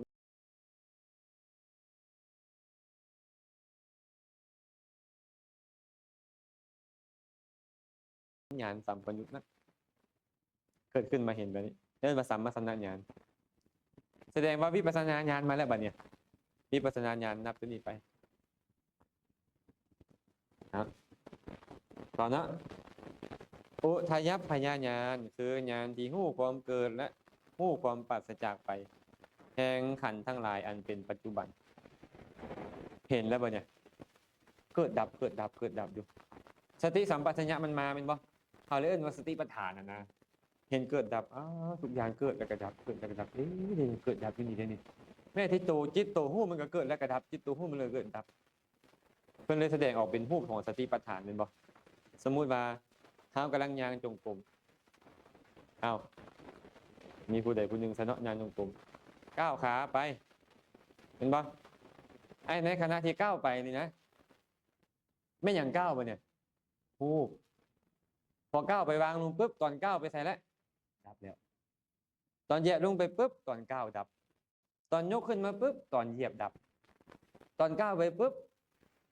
ตอนเหยียบมันดับแล้วมันแล้วเกิดดับเกิดดับเกิดดับอยู่ปิงสิ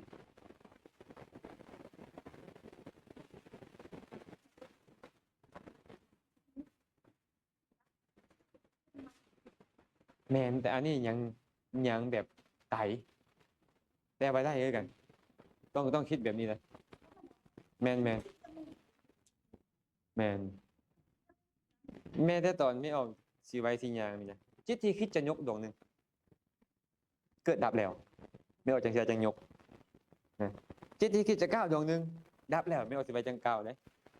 จิตที่คิดจะวางนี่ดวงหนึ่ง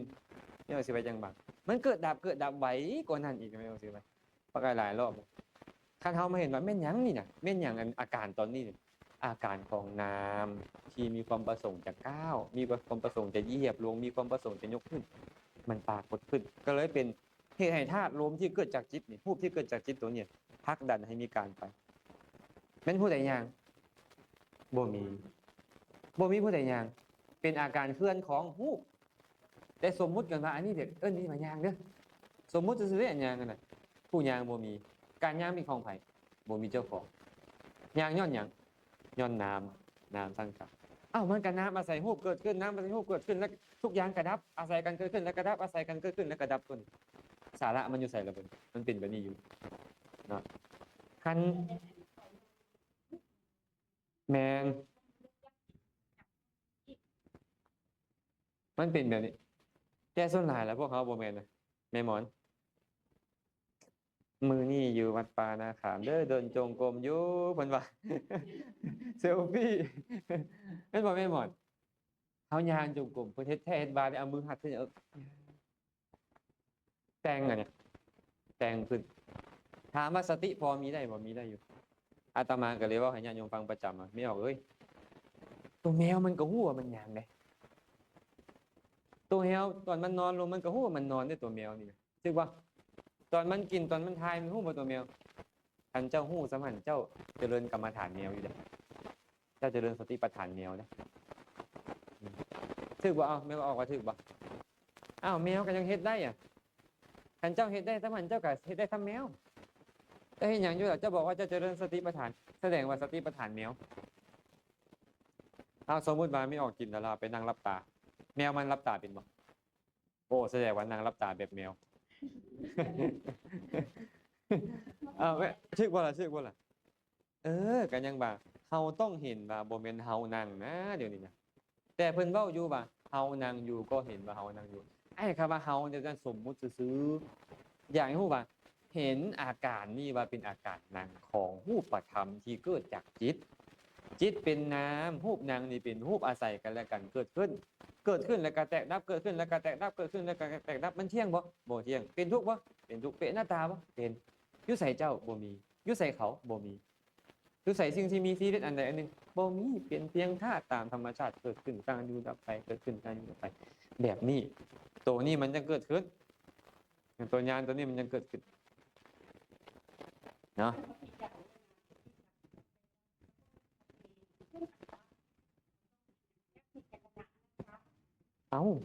อัตตามันตัวตนเจ้าไปฟังค่อยฟังไม่อย่างค่อยฟังค่อยนี่ฟังเจ้าไม่ได้ฟังคือค่อยเป็นยังไงล่ะบัดนี้ หาตัวตนนั่นแหละอยู่ใส่หลานเป็นรถตัวตนมันบ่มี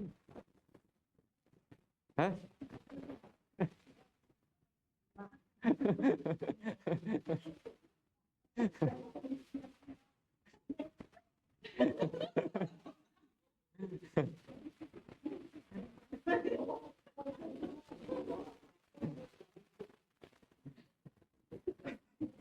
คันคันบ่มีสมมุติของชาวโลกนี่นะมันซื้อกันบ่ฮู้เรื่องพระพุทธเจ้าก็เลยเวลาล้มกับคนก็ต้องเว้าแบบภาษาที่คนแถวนั้นเขาเข้าใจฮู้เรื่องอืม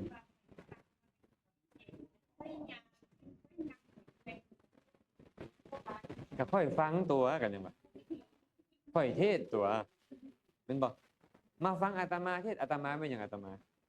ก็ค่อยคันสิเว้าแบบนั้นหั่นนะมันบ่แม่นเนี่ยเป็นสมมุติคันบ่มีค่อยคันห้าเคลื่อนไหวดุแม่นยังเคลื่อนไหวใส่เคลื่อนไหวอีหยังฮู้บ่เนี่ยฮู้น้ำเคลื่อนไหวดูได้บ่มันก็บ่ฮู้แหล้วเดี๋ยวนี้เออแม่นบ่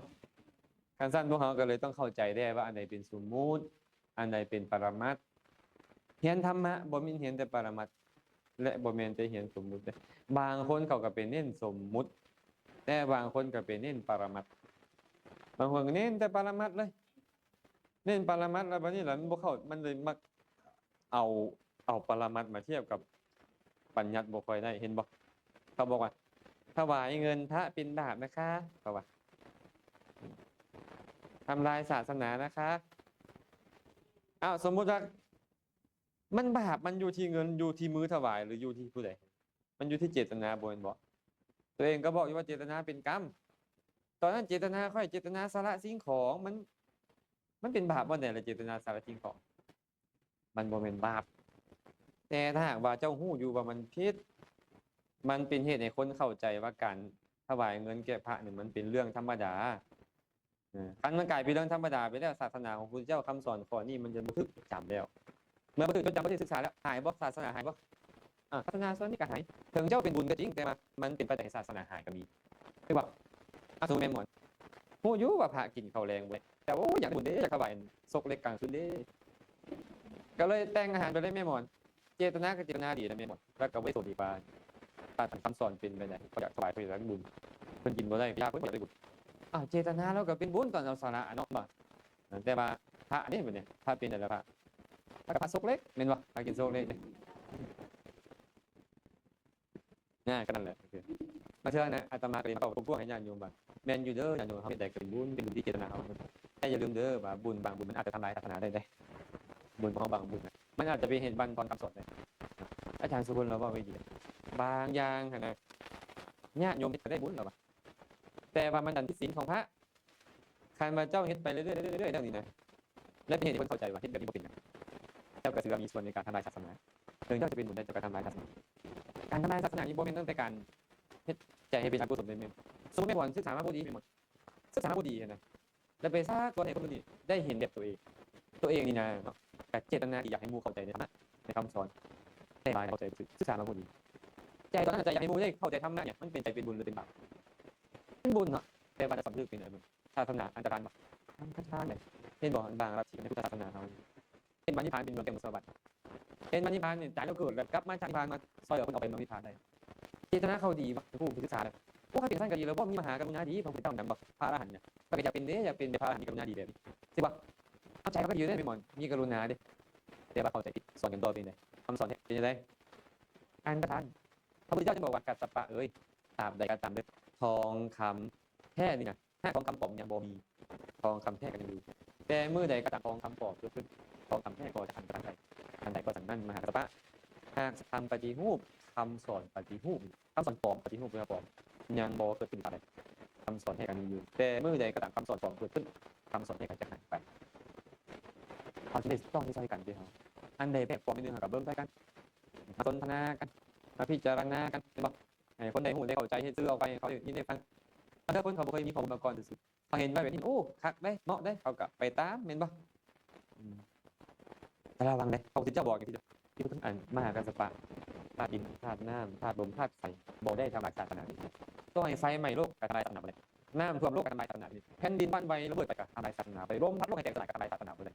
แต่โมฆะบุรุษคนเดียวตอนนั้นอุบัติขึ้นมาในโลกนี้แต่เหตุศาสนาอันตรายแม่นไผ่โมฆะผู้ชั่วซาตามซ้ำนั่นแหละเป็นบอกแสดงว่าบ่เป็นธรรมแสดงวินัยว่าบ่เป็นวินัยอันใดเป็นอะธรรมว่าเป็นธรรมอันใดเป็นอะวินัยว่าเป็นวินัยอันพระศาสนาไว้บอกว่าได้ตัดไว้อันใดพระศาสนาได้ตัดไว้บอกว่าตัดไว้เป็นอะไรเนี่ยอันที่จริงมันก็หายอยู่หรอกที่บ่หมดนั่นแหละพวกบอกยากเลยเรื่องเป็นเรื่องกลับมาเห็นเลยยังอุทยพยายานพูดยังเห็นความเกิดความดับของมันพังขญาณที่ปล่อยความเกิดเสียแล้วเพลงอยู่แต่ความดับตัวนี้นี่บทส่วนการเกิดแหละทีแรกนี่เบื้องทั้งการเกิดเบื้องทั้งการดับไม่ออกทีไวเกิดดับโดนเข้าแล้ววะไปเบื้องเพิ่งจะดับไปเนี่ย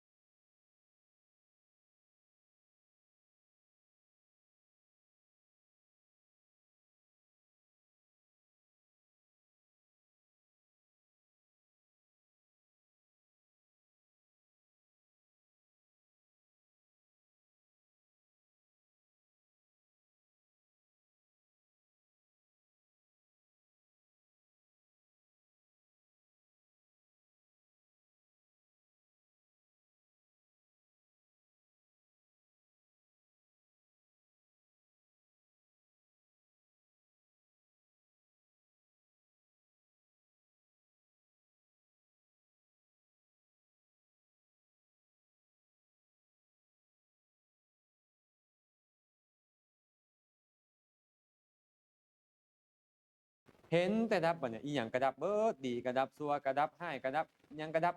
ดับหมดเห็นแต่ตัวดับมันเห็นไวเข้าเนี่ยปัญญามันแรงขึ้นนะเนี่ยมันเลยเห็นแต่ความดับอีหยังกระดับหมดเลยบ่ไปเพ่งความเกิดมันมีบ่ความเกิดมีแต่บ่ใส่ใจแล้วมาใส่แต่ความดับอีหยังกระดับหมดตัวนี่อีหยังกระดับหมดบ่ว่าจะเป็นรูปบ่ว่าจะเป็นนามบ่ว่าจะเป็นเหตุเป็นปัจจัยมันดับหมดนี่นะนี่เอิ้นว่าพังขญาณเนาะเมื่อพังขญาณเกิดขึ้นขยะญาณมันก็เกิดขึ้นญาณที่ตามเพลงแต่การที่น่าย่านกลัวเกี่ยวกับว่ามีแต่ความดับไปแห่งสังขารทั้งหลายเห็นสังขารทั้งหลายเห็นอันใดก็ดับหมดบัดนี้เห็นนี่เห็นนั่นก็ดับหมดความคิดความอ่านอีหยังก็เกิดแล้วดับหมดมันก็เลยเห็นว่าเป็นไฟตั้งมันน่ามีอีหยังบ่ล่ะบัดนี้เมื่อมันมีแต่ดับกับดับเมื่อมันมีแต่ดับกับดับเห็นแต่ทุกข์มันเห็นแต่ดับนะเห็นบ่ก็เลยญาณที่วาดวันความจริงแล้วปัญญามันบ่ได้วาดวันเหมือนกับเขาเข้าใจว่าย่านนี่ย่านนั่นนะบ่แม่นนะคือมันเห็นโทษของมันเหมือนเป็นปัญญาตรงนี้เห็นเลยนะเนาะนี่เอิ้นว่าพยญาณพยญาณคือพระองค์หนึ่งเนี่ยพระองค์หนึ่งมันไปเรียนพระสูตรไปเรียนเทวทูตสูตรอาจารย์มันก็สอนเทวทูตเรื่องเทวทูตเนาะนับตั้งแต่จาโยมพิบาลลากโตทัดนรกไปหาพญาโยมให้พิพากษาจนฮอดลงโทษทันด้วยกรรมกรนี่อย่างต่างๆนี่มีการซับมีการทากมีการแทงมีการโยนลงหม้อน้ำต้มเดือดโยนลงน้ำกดกัดอย่างต่างๆแหละมีดปลามีดปลาต้นไม้ที่มีใบเหมือนมีดกลมันตัดมันซอยอย่างต่างๆนะเพิ่นเห็นมาปุ๊บไปฮอดมหาานรกเหยียบตีนเบื้องขวาลงไฟไหม้ขึ้นเป็นควันพุ่งตะลุขึ้นเลยยกตีนเบื้องขวาขึ้นเอาข้างซ้ายลงข้างซ้ายก็ไหม้ยกขึ้นยกลงไหม้อยู่ไปดิบ่แม่น5 ปีบ่แม่น10 ปีบ่แม่นล้านปีจนกลัวกรรมชั่วที่สิ้นสุดลงลองคิดเบิ่งไม่ออกสิไว้ขนาดไฟธรรมดาเขาตากแดดบ่ฮอด5 นาทีมันยังสิตายแล้วมันบ่อาตมามื้อนั้นไปสังเกตล้มกับผู้ใดว่าอยู่ส้นครัวไปส่งพระเพิ่นไปงานสัมมนาพระธรรมวินัยก็ไปล้มนู่นข้าเจ้านะ มันบ่ได้ทอดเกือบโดนอันไปย่างมันฮ้อนเนาะมันมีแต่ว่าย่างขึ้นรถแล้วก็มาเทศมาแบบนี้หั่นน่ะบาดเนี่ยไปย่างลงแดดมันฮ้อนน่ะบ่ได้คือตอนตัวเองไปเดินทุดงค์เด้เนาะประมาณ2-3นาทีฮ้อนขนาดนี้ร้อนขนาดเลยแล้วนึกถึงคันไฟนรกได้เบิ่งแนวเดียวเหยียบลงปุ๊บไหม้ขึ้นเลยเคยเห็นบ่ฮะอ๋อมปีกแมงเมาโยนลงใส่ไฟเห็นบ่เมื่อยวบไปนะท่านน่ะอันไฟนรกมันเป็นแบบนี้ เหยียบลงข้างหนึ่งใหม่เหยียบลงข้างหนึ่งใหม่แบบนี้แต่มันบ่แม่นนาทีหนึ่งบ่แม่นมื้อหนึ่งบ่แม่นปีหนึ่งบ่แม่น100 ปี 1,000 ปีแสนปีล้านปีจนกว่ากรรมตัวจะสิ้นสุดมันจะต้องเป็นแบบนี้ยกขึ้นมาหายเหยียบลงไหมยกขึ้นมาหายเหยียบลงไหมอยู่แบบนี้ลาวนี่แล่นเข้าแล่นออกอยู่ลาวแล่นจากซ้ายทางเส้นตัวเองนี่สอดไปเบื้องขวาแล่นจากเบื้องขวามาทางตัวเองสอดไปเบื้องซ้ายแล่นจากข้างหน้ามาสอดไปทางหลัง แลนจากเทิงซับกระหม่อมลงซอดทางทวารหนักทางขึ้นมาจากพื้นซอดเอาทวารหนักไปทางกระหม่อมลาวแทงอยู่แบบนี้แนวลงเท่าละไอ้เข็มนี่นะมาแทงเส้นหนังนิดนึงนะเดี๋ยวนี้มันก็ยังพอแห้งได้บอกไม่ออกซื้อไป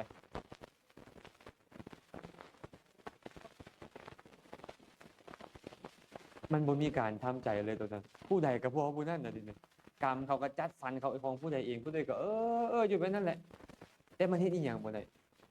นรกนี่นะคับข้างแต่ว่าโบปะปนกันถึงจะคับข้างปันใดก็ตาม แต่ว่ากรรมของใบของเราจัดสรรเองลาวเฉพาะข่อยก็มาหาแต่ข่อยลาวเฉพาะเจ้าก็ไปหาแต่เจ้าเป็นอย่างนั้นนะพระองค์นี่จะถามตัวอาจารย์พ้นจากมหานรกแล้วไปใส่พ้นจากมหานรกไปวนเวียนมาจากเริ่มแรกกับเวียนนั่นนี่แหละถ้าเว้ยบอกสันนี่โอ้ยอาจารย์เขาต้องขอเซาเฮียนก่อนนะสอนกรรมฐานไปเขาต้องซักคุณเขาเลยขอเห็นกรรมฐานซะก็อาจารย์ก็สอนกรรมฐานไปปฏิบัติบรรลุโสดาบันจะค่อยกลับมาเฮียนใหม่ป้องกันอบายแล้วสบายใจแล้วอาจารย์เฮียนต่อได้ปะเนี่ยบ่ไปนรกแล้วมันเห็นภัยปะภัยเนาะมันเห็นภัยแล้วมันก็เป็นแบบนี้เหมือนกับแบบนั้น แต่ที่เฮาเว้าฮอดนี่นะหมายถึงการเห็นภัยแบบเห็นความเกิดความดับของสังขารอันนี้เป็นว่าระยะยานแต่ว่ามืดเวลาช่วงพักแรกพักผ่อนก่อนจังหน่อยจังค่อยเข้ามาต่อ